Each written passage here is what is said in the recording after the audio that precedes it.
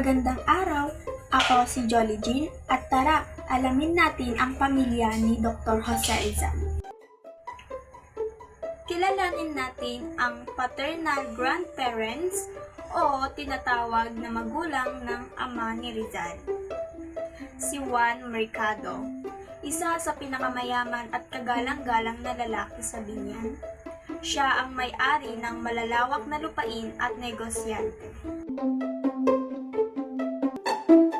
Si Rila Alejandro, isang matalinong babae na mahusay magpatakbo ng kabuhayan.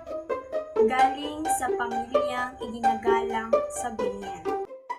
Dumako tayo sa maternal grandparents o magulang ng ina ni Rizal.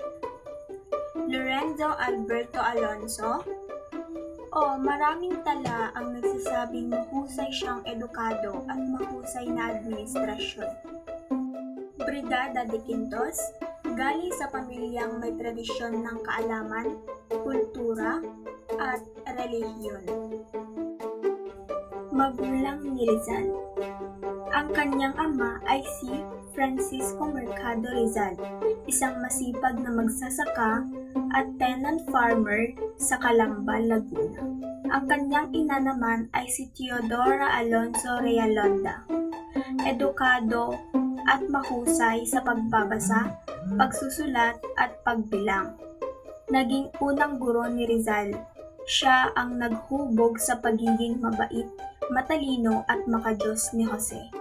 Dumako naman tayo sa mga kapatid ni Rizal. Una, Saturnina Rizal o Neneng.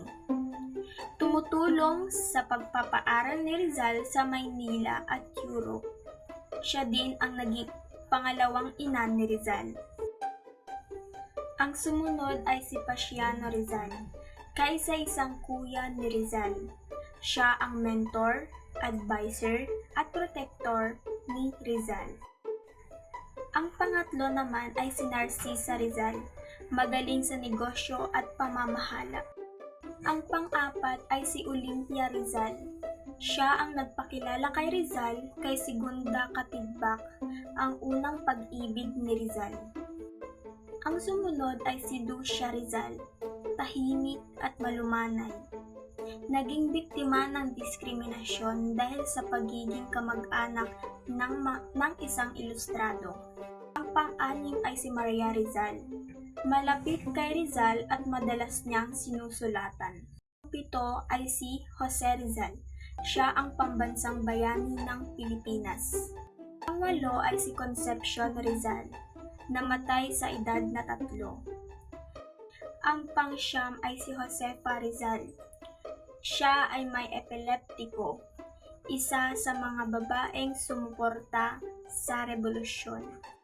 Ika-10 ay si Trinidad Rizal, isa sa pinakamatalino sa magkakapatid. Ang ika-11 ay si Soledad Rizal. Siya ang pinakabata. Naging guro, isa sa mga pinakamalapit kay Rizal dahil lumaki siyang mas nakaasa sa mga payo ng kuya.